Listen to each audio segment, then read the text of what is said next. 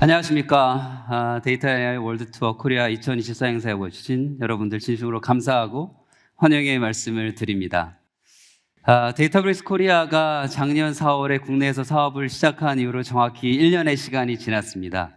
지난 1년 동안 많은 고객분들과 파트너분들과 굉장히 빠른 성장을 저희가 이뤄왔습니다.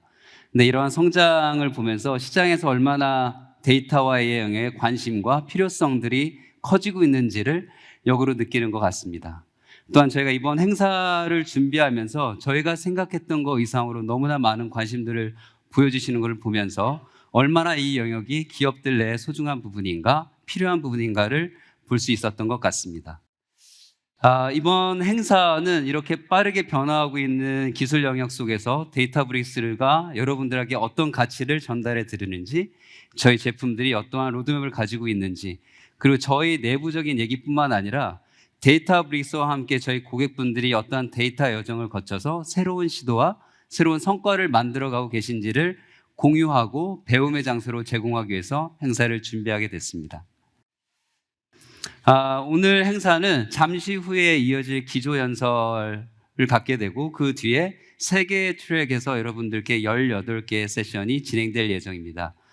첫 번째로 기술 세션, 두 번째로 저희 파트너와 개발자 중심의 세션, 그리고 마지막으로는 고객 사례를 중심으로 한 세 번째 세션이 트랙이 진행될 예정입니다. 특히 저희 고객 사례 세션에서는 총 9개의 고객사 분들께서 어떤 여정을 그리고 어떤 고민을 해오셨는지를 여러분들과 말씀 나눌 예정입니다. 행사를 같이 준비해 주신 고객사 발표자 분들께 진심으로 이 자리를 빌어서 감사한 말씀을 드립니다. 그리고 또 한 가지 이번 행사의 준비에 있어서 저희와 함께 많은 지원을 해주시고 또 참여를 해주신 8개의 스폰서 분들께도 이 자리를 빌어서 다시 한번 진심 어린 감사의 말씀을 드립니다. 제가 서두에서 잠시 말씀을 드린 것처럼 기업 내의 데이터와 AI 부분에 대한 고민들이 굉장히 가속화되는 것을 실제로 저희가 느끼고 미디어상에서도 여러분들이 접하실 것이라고 생각이 됩니다. 어떤 효율을, 어떤 혁신을 해갈 수 있을까? 이런 고민이 커져가시는 것을 볼 수 있고, 이런 고민이 확산되는 것 측면에서 조금 더 가속화시킨 것이 코비드를 통한 클라우드를 기반한 디지털 혁신이 있었다. 그리고 최근에 지난 11월에 발표된 챗 GPT로 인해서 AI 부분에서 어떻게 새로운 고민이 이어져야 될지, 어떤 혁신이 기업 내에 고민이 되어야 될지가 조금 더 다가오고 있는 것 같습니다. 과거에 이러한 데이터와 AI를 기반으로 한 혁신이 도입된 영역들을 보게 되면 기업 내에서 어떤 재무적인 부분, 또 IT적인 부분, 또 특정 기업은 공급망적인 부분에서 어떻게 기술 요소를 활용할 수 있을까라는 고민이 됐다고 하면, 최근의 트렌드를 보게 되면 기업의 전체 가치사슬 영역에서 영업, 마케팅, HR, R&D, 오퍼레이션 전체에 있어서 AI가 어떻게 활용될 수 있을까에 대한 고민이 이어지고 있다라는 것이 큰 변화로 보여지게 됩니다. 이런 변화가 의미하는 것은 단순히 기술적인 측면뿐만 아니라 기업의 조직적인 측면, 프로세스적인 측면, 그리고 무엇보다 중요한 인력적인 측면이 준비되는 것이 중요하다. 이것을 기반으로 어떤 전략적인 요소를 갖춰갈까가 매우 중요하다는 것이 조금 더 인식되고 있는 것 같습니다. 이러한 인식을 바탕으로 실제로 AI가 더 잘 활용되기 위해서 어떠한 데이터 전략이 필요한가라는 말씀들을 많이 기업들과 나누게 됩니다. 굉장히 많은 전략적인 요소들이 있을 것이라고 생각하지만 그 중에 몇 가지를 말씀을 드려보면, 첫 번째로는 과거에 좀 더 복잡하고 큰 모델들을 기반으로 혁신을 추구했다라는 것도 굉장히 중요하고 계속 이어질 거라고 생각합니다. 하지만 최근에 대두되고 있는 이런 기업 환경에서 조금 더 기업의 성과와 연결된 모델이 어떻게 만들어질 수 있을까? 매출을 증대하고 이익을 증대하고 또 기업의 코스트를 절감할 수 있는 AI 머신러닝은 어떤 부분에서 활용될 수 있을까? 라는 고민이 실질적으로 더 많이 고민되고 있다고 생각이 됩니다. 두 번째 부분은 AI에서 제공되는 인사이트를 기반으로 어떤 액션을 취하는 데 있어서 어떤 신뢰를 갖기 위해서는 근본적으로 가장 중요한 것이 데이터의 품질과 데이터에 대한 조직 내 신뢰라는 부분이 조금 더 대두되고 있는 것 같습니다. 이러한 신뢰를 확보하기 위해서, 품질을 확보하기 위해서 가장 중요한 가버넌스 체계를 어떻게 갖춰갈까? 이것을 어떻게 통합적으로 관리할까라는 부분이 데이터 전략을 만들어 가는데 굉장히 중요한 화두가 되고 있는 것 같고, 2023년도에 데이터 observability라는 하나의 화두가 좀 더 제시되고 있는 것을 볼 수가 있습니다. 또 한 가지, 서두에서 말씀드린 대로 단순히 기술적인 요소뿐만 아니라 조직 내에 굉장히 다양한 역할들이 있는데 이 부분에 어떤 역량을 키워갈 수 있을까라는 부분, 그리고 이러한 데이터 전이를 이끌어가는 데이터 팀을 어떻게 구성하는 것이 가장 효과적일까에 대한 조직적인 관점의 전략을 고민하시는 것을 볼 수가 있습니다. 그리고 한 레벨 더 들어가서 실질적인 데이터 관점에서 보게 되면 굉장히 많은 데이터를 처리하는 환경이 됐습니다. 이러한 데이터를 조금 더 빠르게 처리 성능을 높이는 부분을 통해서 좀 더 사용자의 만족도 느끼고 기업의 속도를 높일 수 있는 방안이 뭔가라는 측면에서의 고민. 두 번째는 실제로 AI와 머신러닝에 좀 더 많은 데이터를, 품질 있는 데이터를 어떻게 공급할 수 있을까에 대한 데이터 공급 사이드에 대한 고민.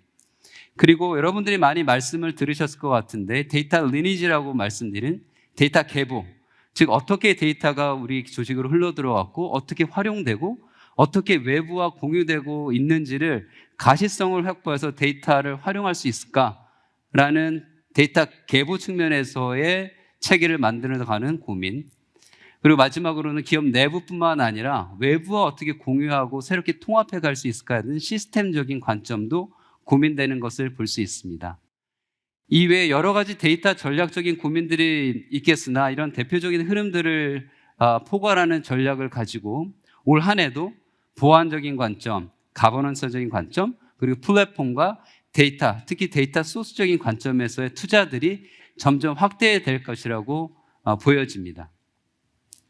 이 영역에서 플랫폼적인 관점을 조금 더 들여본다면 실제로 많은 기업들이 플랫폼을 어떻게 현대화할까라는 부분을 고민을 하십니다. 근데 이러한 차원에서 최근에 보여주는 뚜렷한 트렌드는 과거에 굉장히 다양한 시스템으로 분산되어 있었던, 그리고 BI 영역과 AI 영역이 분리되어 있던 플랫폼을 하나로 통합해서 관리해서 효과적인 플랫폼을 만들고 단순화하고 비용 효율성을 높이는 부분이 큰 트렌드로 보여집니다. 이러한 트렌드 속에서 단순히 통합과 공유 그리고 효율성적인 측면뿐만 아니라 한 가지 중요하게 또 리더분들이 고민하신 부분은 현재의 기술 스택을 기반으로 만들고 있는 플랫폼이 향후에 발전될 진화해 갈 부분을 어떻게 수용할 수 있을까? 어떻게 유연성을 확보할 수 있을까?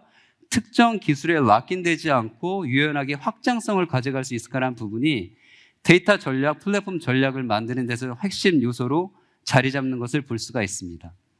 그럼 이 두 가지를 어떻게 잘 구현해 갈 수 있을까에 두 가지 중요한 요소로 보여지는 것은 첫 번째는 개방형 시스템을 만들어야 된다. 즉 오픈소스 기반의 오픈소스 포맷의 기술 요소를 채택한다는 부분이 굉장히 중요한 요소가 되는 것을 볼 수가 있고, 또 하나는 혁신을 도리어 빠르게 좀 더 효율적으로 도입하기 위해서 멀티 클라우드 기반의 데이터 플랫폼을 만들어야 된다는 부분이 데이터 플랫폼을 현대화하는 데 부분에서 가장 중요한 기술적인 요소로 자리 잡는 것을 볼 수 있습니다.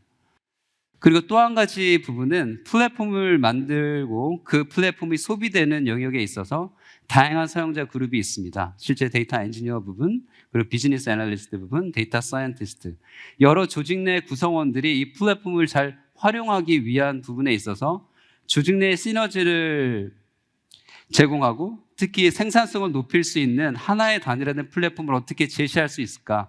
이런 사용자 레이어에 있어서 통합된 플랫폼을 구축하는 것 역시 중요한 현대화의 트렌드라고 생각이 됩니다. 이렇게 보여지는 데이터 현대화의 트렌드를 반영해서 최근에 가장 많은 진보된 데이터 아키텍처로 말씀되는 부분이 레이크하우스입니다. 즉 과거의 BI 영역과 AI 부분을 통합해서 수십 년 동안 이어졌던 데이터 웨어러스의 장점, 성능과 관리적인 장점, 그리고 레이크하우스의 장점, 유연성과 확장성과 비용 효율성, 이러한 주요한 장점들을 하나의 아키텍처 프레임으로 제공할 수 있는 레이크하우스가 시장의 주요한 트렌드로 자리 잡은 것을 볼 수 있습니다. 이런 트렌드 하에서 데이터 브릭스를 한마디로 정의한다면 데이터 브릭스는 레이크하우스 기업입니다.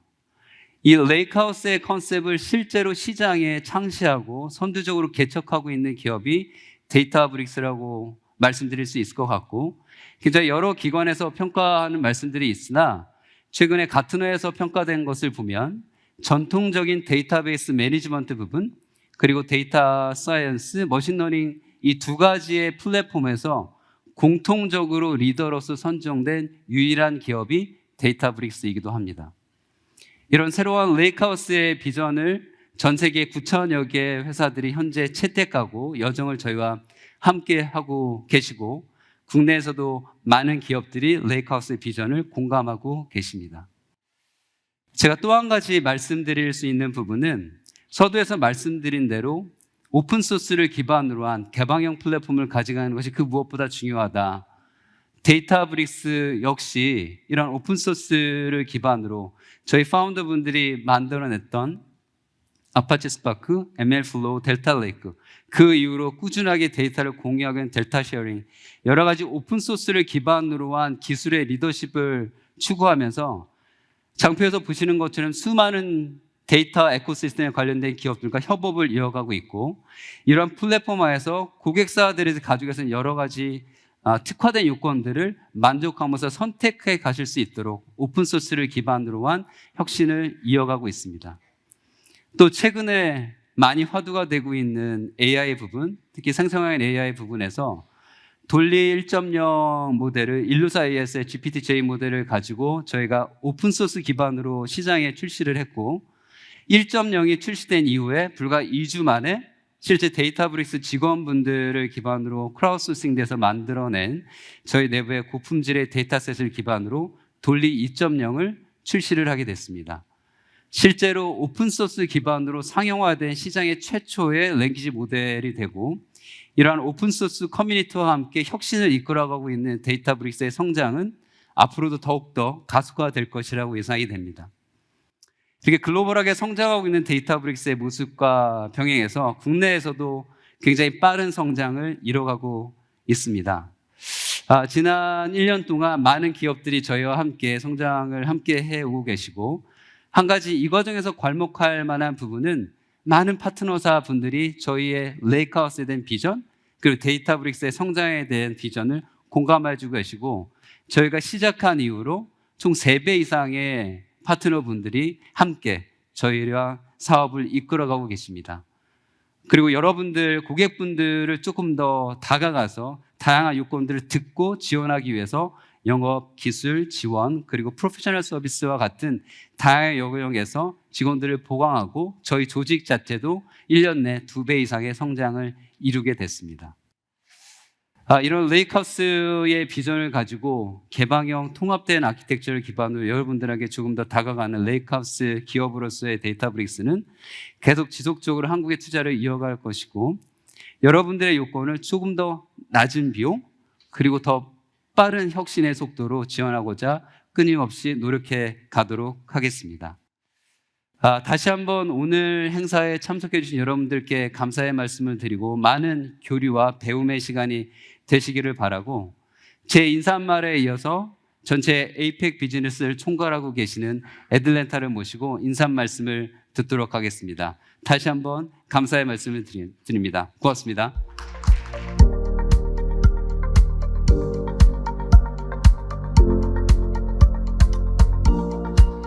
Good morning.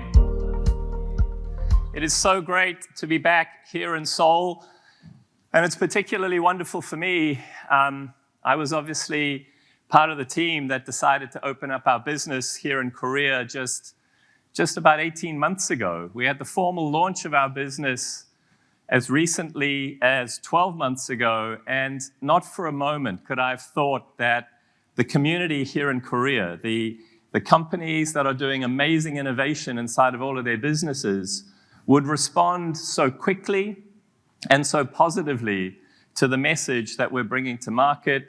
We're really, really privileged to get to work with all of you and the amazing companies that you represent. Thank you so much for spending some time with us today to talk about what I think is actually a really, really important thing. I've been in this business for a long time. I've had a pretty long career.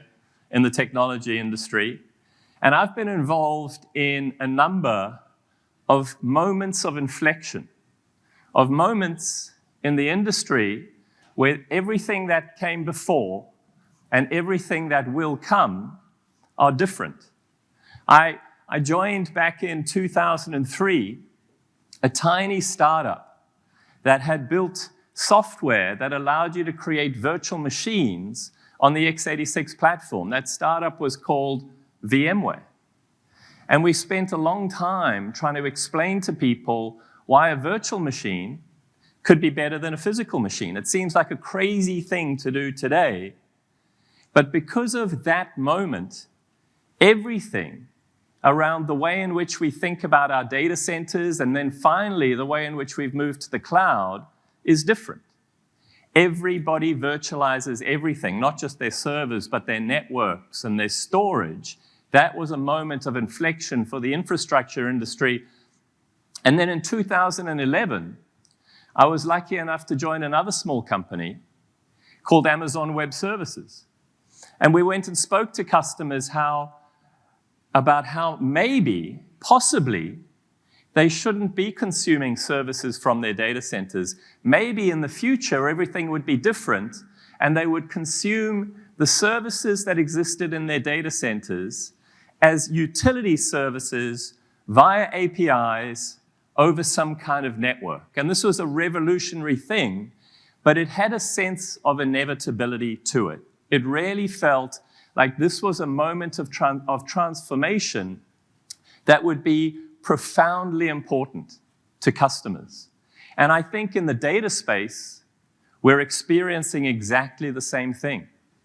And you can see that it's not just me who think this, that organizations everywhere are thinking differently about how they can become data-forward companies, how they can use data inside of their organizations to transform everything, to weave some kind of digital thread across their supply chain or across the ways in which they think about demand forecasting, to use data to think about how they can affect the customer experience in a world where their channels to the customer have become digital channels to the customer, or how to embed data as the very core of the actual products that they bring to market to affect the revenue opportunities that that organization has had. In fact, as you can see from the slide, when we go out and we survey customers and we talk to the senior executives of these customers, the one thing that everybody agrees on, the one thing that there's no debate about, is that data, and in particular, advanced analytics, the use of data in a predictive way that won't just tell you what will happen in your business, but in some cases will allow you to automate the responses that those predictions provide you. This is everybody's issue. This is something that everybody is working to get solved, and everybody is working to get solved right now. And we are at a seminal time.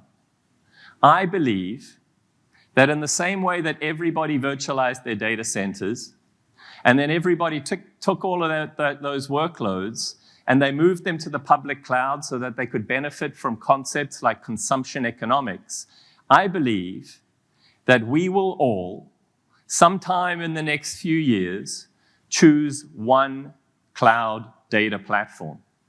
One cloud data platform. And the reason we will all do this is because the benefit to all of us are really, really profound. Really, really profound benefits.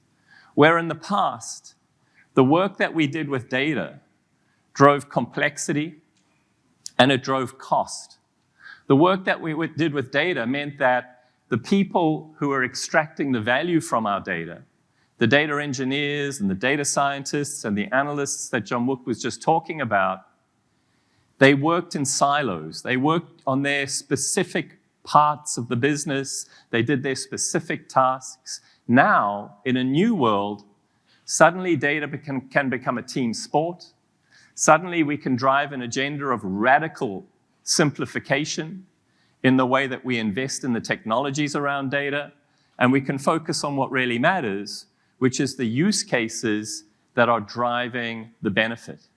Irrespective of whether those use cases are using traditional analytics, whether those use cases are telling me what happened in my organization, how much did I sell yesterday, or whether those use cases are driving advanced analytics and machine learning to tell me what will happen in my organization, how much will I sell, who will be buying my product, and how can I respond in a completely automated way to that particular insight. Now, this is really important. This is a huge opportunity for all of us, but it's not an easy problem to solve. Typically, when organizations wanted to become expert at traditional analytics, and then they moved up that maturity curve and they said, you know, I've become pretty good at traditional analytics. I know how to get all my data into one place. I know how to curate that data and affect the quality of that data. I know how to represent dashboards through that data.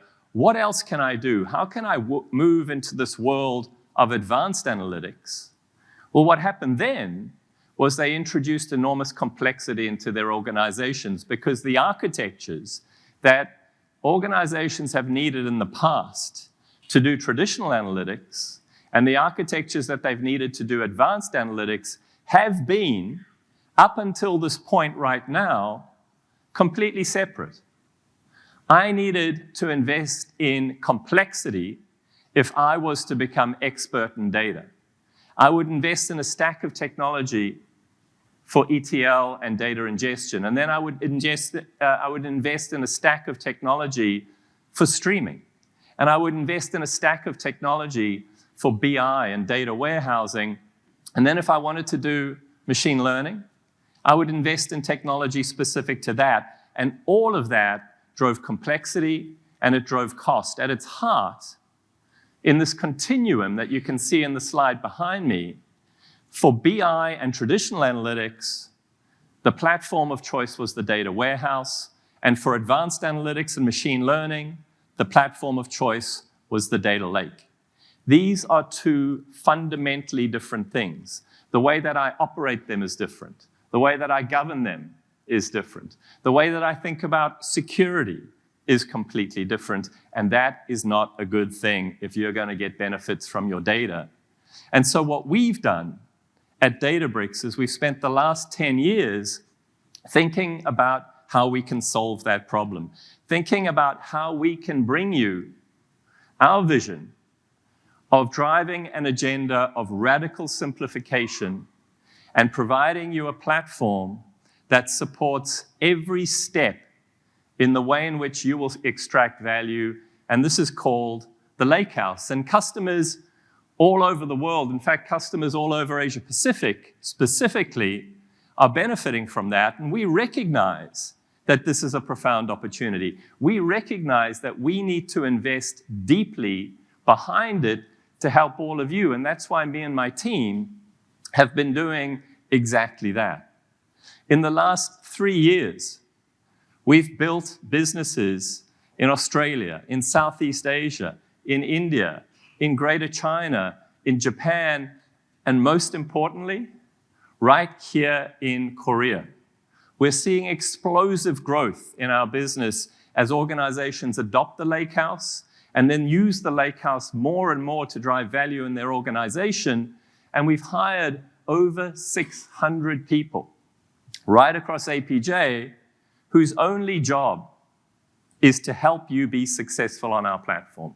Their only job is to help you with the architectural decisions you're going to make, to help you think about how you're going to operate this new world, to help you think about how you will do migration and modernization into this world, and to help you be successful with the use cases that are going to drive business success. It is something that is fundamentally important to us, and I can attest to its success. Companies right across the region, and you can see some of these amazing brands behind me, are choosing the Lakehouse to drive value in their organization. I work with some of the largest banks in APJ, like the National Australia Bank, who's decided that they will take their 200 most critical source systems and they will ingest the data in a completely reliable way into a lakehouse, so that data is then available for them to think about the customer experience, to think about things like risk and fraud and security. They are betting their business and their entire data strategy on the lakehouse. Or in India, we work with the largest digital natives in the world as they adopt the lakehouse technologies in order to think about capturing these massive consumer markets with things like food deliveries, with things like gaming and wagering, online fantasy sports. And then, of course, here in Korea, we're so proud to work with these Korean companies, these enterprises in Korea, these gaming companies that we'll hear from later today that are so uniquely specific to the Korean market and really think deeply about the way in which they will use data and technologies to affect the experience of their customers. We're really, really pleased to be working with every one of them. With that, let me thank you one last time for spending time with us today. It means a tremendous amount to us. And let me introduce your next speaker, our Global Field Chief Technology Officer, Chris D'Agostino, is going to be spending some time speaking with you this morning. And I would encourage you to listen carefully. Not only does Chris get to spend time with so many of our customers right around the world and help them to think deeply about the challenges that they face, embracing new technologies, migrating to lakehouses, thinking about what sorts of potential this is going to unleash in their organization. But like so many of you, Chris is also a practitioner.